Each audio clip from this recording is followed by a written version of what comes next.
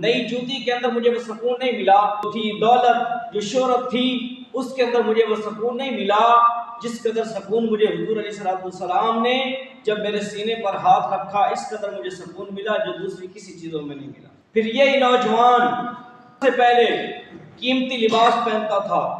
قیمتی جوتا پہنتا تھا۔ ایک وقت آیا، صحابہ کرام کہتے ہیں